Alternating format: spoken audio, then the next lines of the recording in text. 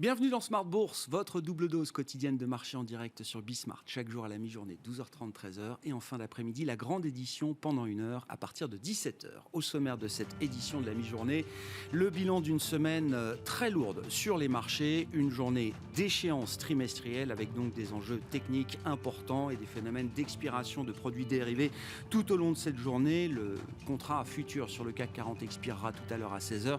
Et nous serons avec nos 3 techniciens de marché ce soir en plateau à partir de 17h pour débriefer cette échéance. Et cette semaine donc de baisse très très lourde sur les indices actions notamment. Les bear markets s'installent en Europe et aux États-Unis. Des baisses de 20% et plus maintenant pour les grands indices majeurs depuis les records qui ont été atteints en début d'année, au tout début du mois de janvier. C'est un consensus de marché mais qui frappe évidemment les esprits des indices qui sont au plus bas de l'année, même si le petit rebond du jour permet de respirer un petit peu avec un CAC 40 qui reprend un peu plus de 1% à mi-séance. Vous aurez les infos clés dans un instant avec Alix Nguyen. Nous reviendrons également sur la folle semaine des banques centrales. Si vous nous avez suivis, vous savez que des décisions importantes ont été prises cette semaine par les banques centrales avec un changement de méthode pour certaines d'entre elles qui ont choisi un mode d'action surprise organisée en dernière minute pour la Fed, mais néanmoins une surprise avec une magnitude de hausse de taux qui était encore inenvisageable il y a quelques jours à peine, une hausse de 75 points de base qui reste pour l'instant historique, en tout cas dans l'histoire moderne de la Fed telle qu'on la connaît aujourd'hui. Nous reviendrons également sur les enjeux en matière de fragmentation en zone euro, des enjeux qui ont été adressés avec succès à ce stade, semble-t-il, par la Banque Centrale Européenne. Gilles Mouek sera avec nous en visioconférence dans un instant, chef économiste du groupe AXA. Et puis un gros sujet patrimonial en ce vendredi avec une question majeure. Est-ce que le pacte du trade est aujourd'hui en danger? C'est une question qui se pose après une décision de la Cour de cassation qui date d'il y a quelques semaines, fin mai, et qui pourrait remettre en cause peut-être l'esprit même du pacte du trade qui vise donc à adoucir, à lisser fortement la fiscalité dans le cadre d'une transmission d'entreprise à ses héritiers. Ça, c'est la visée fiscale du pacte du trade. N'oublions pas qu'il y a également derrière une visée économique, à savoir garantir la stabilité d'un actionnariat familial pour le tissu des petites et moyennes entreprises françaises. Nous en parlerons avec Sandrine Kilissi, directeur de l'ingénierie patrimoniale de la banque Pictet, qui sera avec nous en plateau.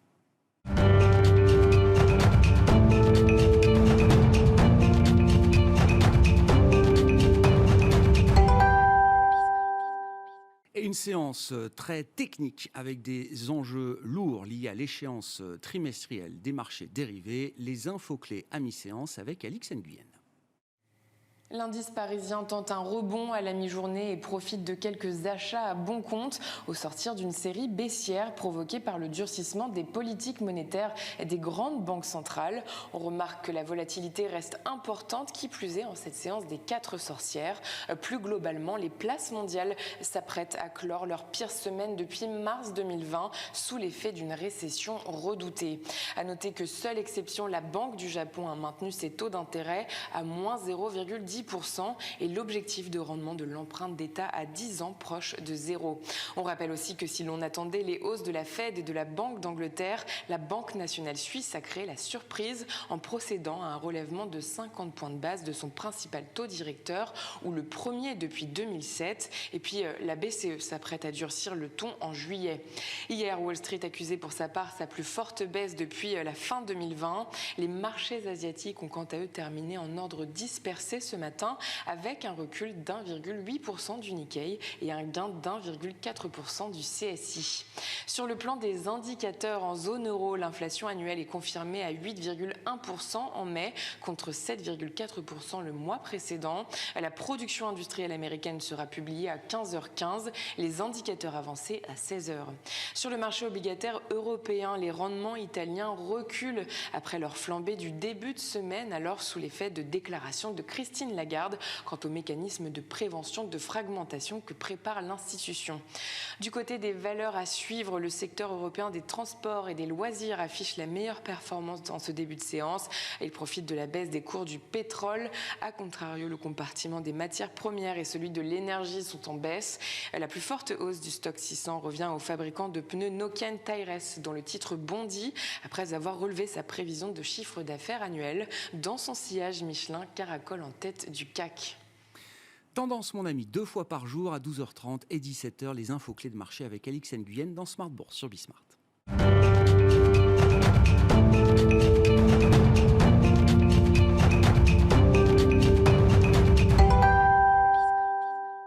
Revenons pour entamer cette édition sur la folle semaine des banques centrales avec Gilles Mouek, avec nous en visioconférence, chef économiste du groupe AXA. Bonjour et bienvenue Gilles. La méthode est intéressante quand même, je trouve, et mérite qu'on s'y arrête un instant. Visiblement, il fallait surprendre. En tout cas, c'était le mot d'ordre pour pas mal de banques centrales cette semaine, à commencer par la première d'entre elles, la Réserve fédérale américaine. Une surprise qui a été organisée en dernière minute avec cette hausse de 75 points de base qui a été délivrée donc ce mercredi. Contrairement à la parole qui avait été donnée précédemment, à savoir 2 hausses de 50 points de base pour ce meeting de juin et pour le suivant du mois de juillet. Est-ce qu'il était nécessaire de surprendre, Gilles, à ce stade, et pourquoi ? Moi, je ne pensais pas que la Fed ferait ce mouvement de 75 points de base en dépit du pricing de marché, précisément parce que je pense qu'il y a toujours un coût de crédibilité, un coût à long terme à ne pas faire ce que l'on dit que l'on va faire, surtout aussi peu de temps après l'expression d'une forward guidance. Ce que j'ai aussi appris dans mes années de banquier central, qui remonte maintenant à longtemps, c'est qu'il est toujours très dangereux de réagir, possiblement de surréagir à une donnée. Et on peut raisonnablement expliquer le choix de 75 points de base comme une réaction à l'inflation, à la surprise inflationniste du mois de mai. Donc voilà, je suis un peu circonspect devant ces choix de la Fed. Maintenant, si on essaie d'aller un peu plus loin, j'ai l'impression que le calcul de la Fed, c'est de se dire soit on maintient la trajectoire qui avait été décidée au risque en fait de devoir finalement amener les taux directeurs à un niveau encore supérieur à ce que l'on aurait eu si on avait tapé plus fort, plus vite. Donc l'idée, c'est d'infliger un niveau de douleur quand même assez significatif maintenant, dans les mois qui viennent, d'arriver à un niveau restrictif de la politique monétaire avant la fin de l'année, pour peut-être pouvoir être un peu plus expansionniste après. D'ailleurs, un des points que je trouve intéressant dans les prévisions qui ont été fournies par la Fed, c'est qu'ils ont une prévision de baisse des taux en 2024. Donc voilà, j'imagine que l'arbitrage s'est fait entre continuer avec la parole donnée, ou taper plus vite, plus fort, avec peut-être du coup la possibilité d'être au total moins restrictif. Mais c'est quand même un pari assez difficile. Et donc, sur le plan macro, en termes de perspective, l'idée plus de savoir si on peut faire atterrir en douceur l'économie américaine, l'idée de savoir quelle va être la magnitude de la récession. Je sais que le mot est un peu interdit et que c'est un mot que personne n'aime prononcer, Gilles, mais ce débat macro, il s'est un peu décalé à la baisse, d'une certaine manière ? Oui, c'est-à-dire qu'on a eu des bougers successifs de la part de la Fed, de la part de Powell en particulier, qui nous disait il y a encore peu de temps, il y a peut-être 6-8 semaines, ce que nous voulons faire, c'est ramener les taux directeurs vers un niveau neutre. Bon, un niveau neutre, c'est un niveau qui n'est pas cohérent avec une récession. Maintenant, ils nous disent nous voulons amener les taux dans un niveau restrictif d'ici la fin de l'année, 3,4%, ce qui est presque 100 points de base au-dessus du niveau neutre. La conclusion naturelle que l'on doit tirer de ce genre de message, c'est que le risque de ralentissement et peut-être de récession est quand même significatif. Donc de deux choses l'une, soit la Fed fait ce qu'elle dit qu'elle fera maintenant, c'est-à-dire va effectivement jusqu'à 3,4% d'ici la fin de l'année, et à ce moment-là, ça me paraît difficile d'éviter effectivement une situation de récession, soit la Fed arrive à s'arrêter un peu plus tôt, c'est-à-dire qu'elle parle d'une manière implicitement, excessivement hawkish aujourd'hui pour arrêter les anticipations d'inflation, pour casser la mécanique inflationniste aujourd'hui. Elle n'a donc pas besoin d'aller aussi loin que prévu, et là, on peut éviter la récession. Mais un Fed Funds à 3,4% à la fin de l'année, sans récession, c'est quand même compliqué. Bon, si je reviens à ma question de méthode, du coup, est-ce qu'il faut faire 50 ou 75 points de base en juillet pour la Fed, Gilles ? Maintenant que le bouchon, voilà, maintenant que le bouchon est sorti, voilà, qu'importe le flacon, allons-y. C'est-à-dire que si maintenant la logique c'est de dire mieux vaut un seuil de douleur élevé aujourd'hui, dans l'espoir que ce soit plus court, eh bien allons-y. d'ailleurs, si ça n'est pas 75 points de base en juillet, là, on va avoir du mal à comprendre. C'est-à-dire que là, les changements de quart, pour parler ski, même si la température ne s'y prête pas beaucoup, les changements de quart sont un peu rapides. Bon, du côté de la BCE, bon, on avait tout pour être assez dubitatif quand même sur la communication de la Banque Centrale Européenne, qui a été obligée d'organiser quand même un meeting d'urgence moins d'une semaine après le meeting régulier du Conseil des gouverneurs. C'était la semaine dernière. Le meeting d'urgence s'est tenu ce mercredi. Donc mercredi matin, on était tous un peu aux aguets. Du point de vue des objectifs recherchés par la BCE, c'est-à-dire adresser la question de la fragmentation en zone euro, la semaine se termine plutôt positivement, Gilles. Oui, mais elle se termine positivement, à mon sens, parce que Ignazio Visco, le patron de la Banque centrale italienne, dans une interview à Reuters, de mémoire, a dit un seuil de 200 points de base pose un énorme problème de transmission de politique monétaire. 200 points de base sur le taux italien pose un énorme problème de transmission de politique monétaire à la BCE. Ce que tout le monde a interprété comme donc le seuil que la BCE a cherché à défendre avec son arme anti-fragmentation, c'est 200 points de base. Et du coup, je comprends que le marché soit en train de se repositionner. Là, à la limite où on parle, on est probablement à 190, 195 BP. Mais un peu brutalement, ce qui m'intéresse moi, c'est pas ce que pense Ignazio Visco, c'est ce que pense, par exemple, Isabelle Schnabel. C'est ce que pense, par exemple, Monsieur Nagel. C'est-à-dire que le représentant de la Banque centrale italienne nous dise 200 BP, c'est beaucoup, je le comprends. Est-ce que c'est effectivement la fonction de réaction de la BCE dans son ensemble? Ça, j'en suis un peu moins certain. Et en poussant les choses un peu plus loin et pour rentrer dans les détails techniques, si effectivement c'est 200 BP, le seuil qui déclenche l'intervention de la BCE. Là, on rentre dans ce qu'on appelle du yield curve control, du contrôle de la courbe des taux. Quand on fait du contrôle de la courbe des taux, par définition, on ne peut pas avoir de limite d'engagement. Si vous dites « je défendrai 200 BP au-dessus du Bund », le message que vous envoyez, c'est « je dépenserai ce qu'il faudra pour tenir cette limite ». Or, la BCE, comme on le sait tous, a des limites juridiques, des limites politiques, qui normalement sont contradictoires avec une approche infinie. Donc attention à tout ça. Et puis dernier élément, c'est vrai que le spread est mieux sous contrôle depuis maintenant 48 heures, mais le niveau absolu des taux d'intérêt que paye aujourd'hui l'Italie sont des taux élevés compte tenu de la croissance du PIB nominal. Et ça, c'est quelque chose qu'il faut aussi garder en mémoire. Il n'y a pas que le spread qui compte, notamment quand on parle de soutenabilité des trajectoires de finances publiques. Les détails du programme anti-fragmentation vont être importants. Ils seront sans doute apportés à l'occasion du prochain meeting le 21 juillet. Gilles, je comprends que la BCE pourrait se donner les moyens d'acheter, par exemple, de la dette italienne en cas de stress sévère. Et pour financer les achats de dette italienne, elle pourrait vendre de la dette allemande qu'elle a dans son bilan. Est-ce que c'est la philosophie du programme tel qu'on la comprend aujourd'hui? Oui, et c'est là où ça devient quand même très compliqué, là.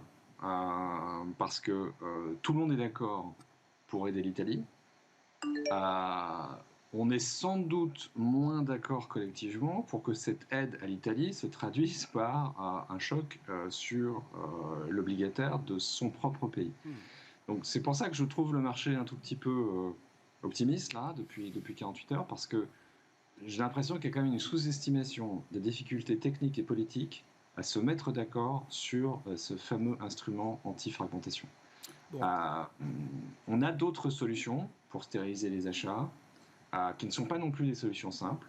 Mais si on veut stériliser, on peut reprendre de la liquidité via des reverse repos, des prises en pension inversées. Mais pour faire cela, on n'attrape pas les pigeons avec du sel et il faudrait rendre cette opération très attractive pour les banques en particulier. Donc c'est compliqué à organiser techniquement. Mais voyons où ils en sont le 21 juillet, mais c'est moins simple que ce que je pense. Qu'en première intention, que ce que le marché a perçu en première intention cette semaine. Bon, une fois qu'on a dit ça, Gilles, je suis désolé, mais je termine et je ne veux pas passer sous couvert ce qui me semble être quand même la véritable information de la semaine, notamment pour la BCE face à l'inflation essentiellement énergétique importée en zone euro. C'est que Vladimir Poutine est en train de couper le gaz à l'Allemagne, à l'Italie et à la France. Oui, le squeeze est important. Là, je regardais ça à la minute. On est sur un contrat, les fameux contrats TTF néerlandais, sur le gaz naturel à 1 mois, on est passé à $123, on était redescendu à 80. Donc on n'est pas exactement au pic que l'on avait atteint lors des premiers jours de l'intervention russe, de l'attaque russe sur l'Ukraine. Mais on est dans des territoires qui sont effectivement problématiques. On n'a pas de souci de pénurie à très court terme parce que ça intervient alors que les stocks ont été en partie seulement reconstitués. On est à peu près à 40-45% de taux de stockage. On arrive à l'été, il fait plutôt chaud. On ne va pas avoir besoin de tirer sur beaucoup de gaz dans les mois qui viennent. Mais la question qui va se poser, bien évidemment, c'est comment on tient l'hiver. Et puis le dernier élément de l'équation, qui pour moi va être vraiment le débat de la seconde partie de 2022, c'est peut-on raisonnablement continuer le traitement fiscal du choc énergétique avec ce que les banques centrales sont en train de faire. Parce que, par exemple, l'Italie dépense aujourd'hui à peu près 8 milliards d'euros par mois pour essayer d'accompagner le choc sur le revenu des ménages italiens. Avec des conditions de refinancement qui se dégradent, est-ce qu'il est possible de maintenir un tel effort budgétaire? Moi, j'en suis pas certain du tout. Sauf à ce qu'on le fasse d'une manière mutualisée en Europe, mais ça suppose un degré d'affectio societatis entre les différents États membres que pour l'instant on n'a pas. Confère la dernière intervention de Daniel Lindner, de Christian Lindner, le ministre des Finances allemand, qui n'a pas l'air pour l'instant très ouvert sur ce type de solution. Merci beaucoup Gilles, merci pour votre éclairage de la semaine sur notamment les enjeux en matière de politique monétaire. C'était une semaine intense en matière de banque centrale. Gilles Mouek, chef économiste du groupe AXA, qui était avec nous en visioconférence.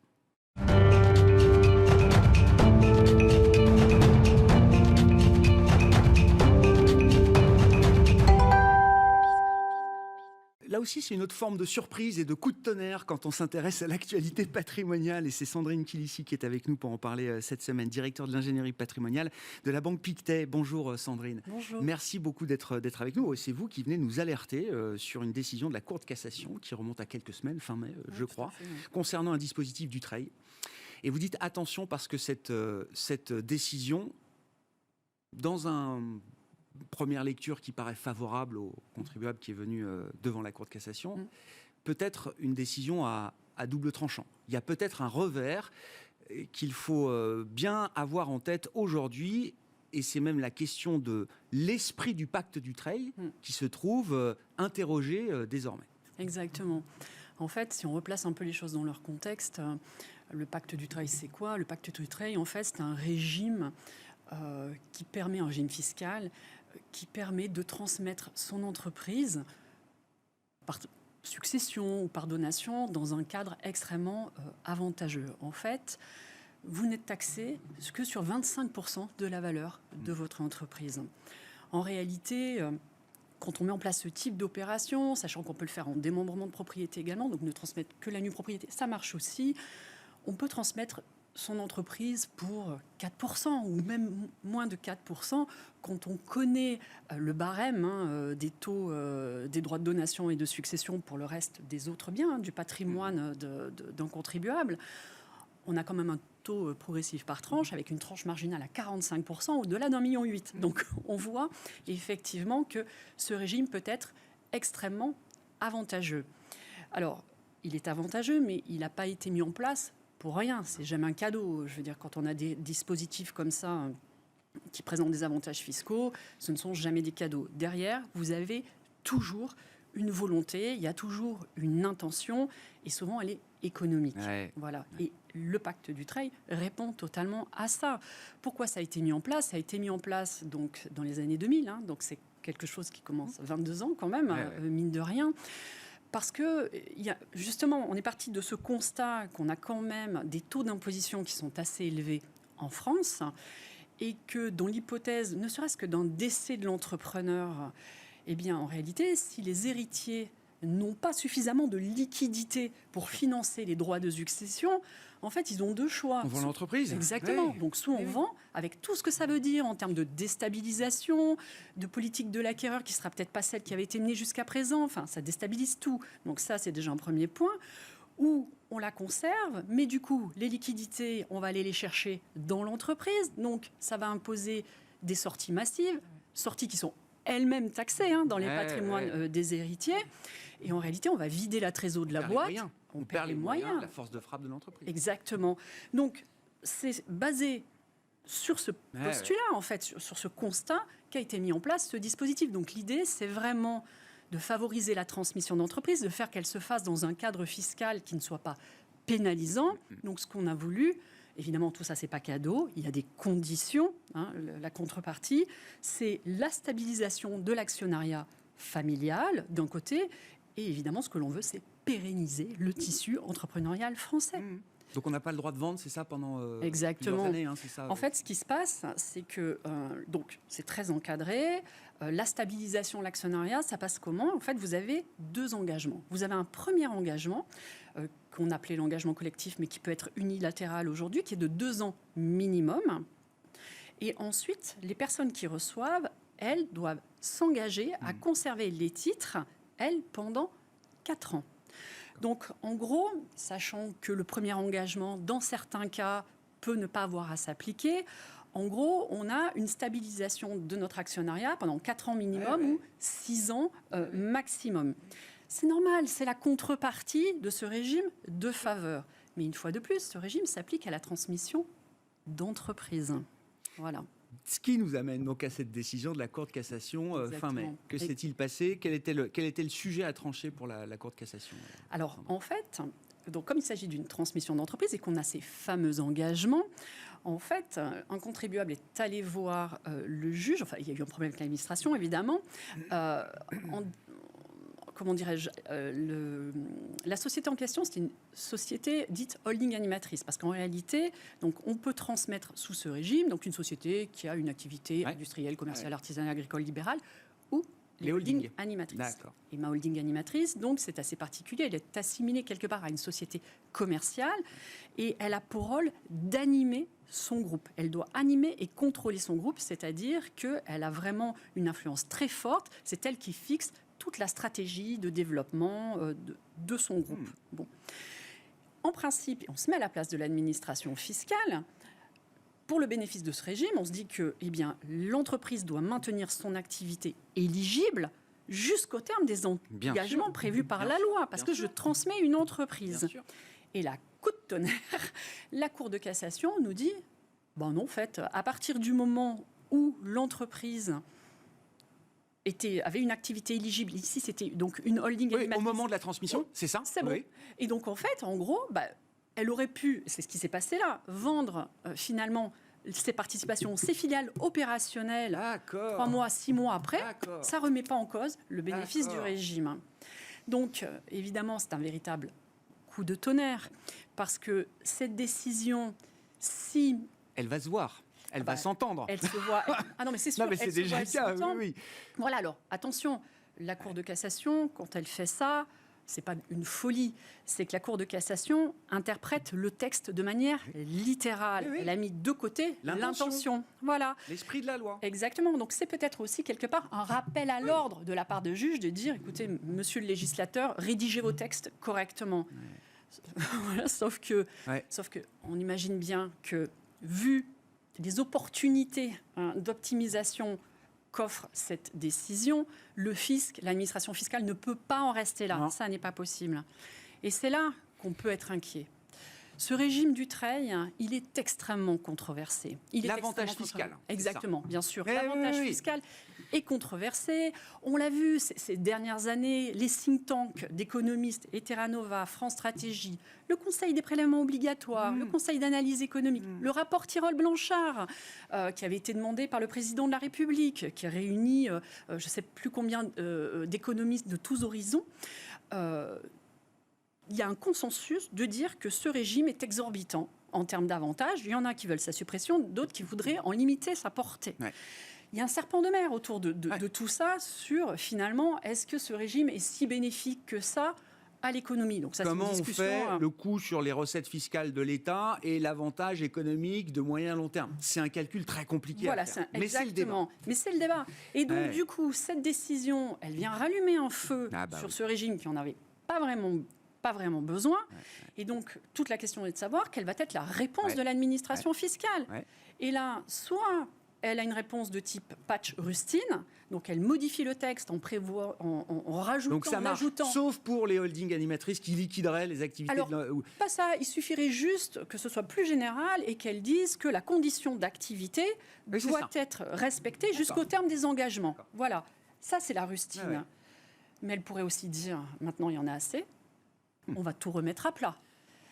Et là, on risque de se retrouver avec quelque chose qui serait beaucoup moins intéressant que ce que l'on connaît aujourd'hui. Surtout, et on s'arrêtera là parce que je ne veux pas vous emmener sur le terrain politique, mais quand vous dites l'administration, oui, l'administration proposera sans doute quelque chose, mais c'est derrière un nouveau Parlement qui débattra de cette question. Tout à fait. Et voilà. Oui, on peut c'est dire ça. Quand vous dites coup de tonnerre, non mais c'est parce que je prends la mesure. On s'est parlé hier pour traiter le sujet ensemble. Je prends aujourd'hui la mesure effectivement de ce que ça peut impliquer. Quand vous dites coup de tonnerre, oui, il y a là dans le monde de l'ingénierie patrimoniale, ça fait beaucoup parler. Il y a des conseils aussi, et vos clients qui sont en cours de transmission ou de réflexion de transmission, est-ce que c'est déjà des questions là ou est-ce qu'il y a déjà des recommandations à leur faire d'une certaine manière en anticipation de ce qui pourrait peut-être être modifié dans le cadre du trail? On peut pas, je veux dire, on ne peut pas décemment, quand on connaît l'objectif de ce régime, conseiller à un client, un entrepreneur, de rentrer dans le cadre de ce que vient nous dire la Cour de cassation. Ça n'a pas de sens. Voilà. Donc, après, on peut se retrouver dans ces situations de manière accidentelle, bien sûr, voilà, mais on ne peut pas en faire un outil d'optimisation. Ça n'a plus de sens. Après, voilà, c'est juste cette condition-là. À partir du moment où on conserve l'activité de la société jusqu'au terme des engagements, il n'y a rien qui est modifié. Je veux dire, il n'y a aucun sujet là-dessus.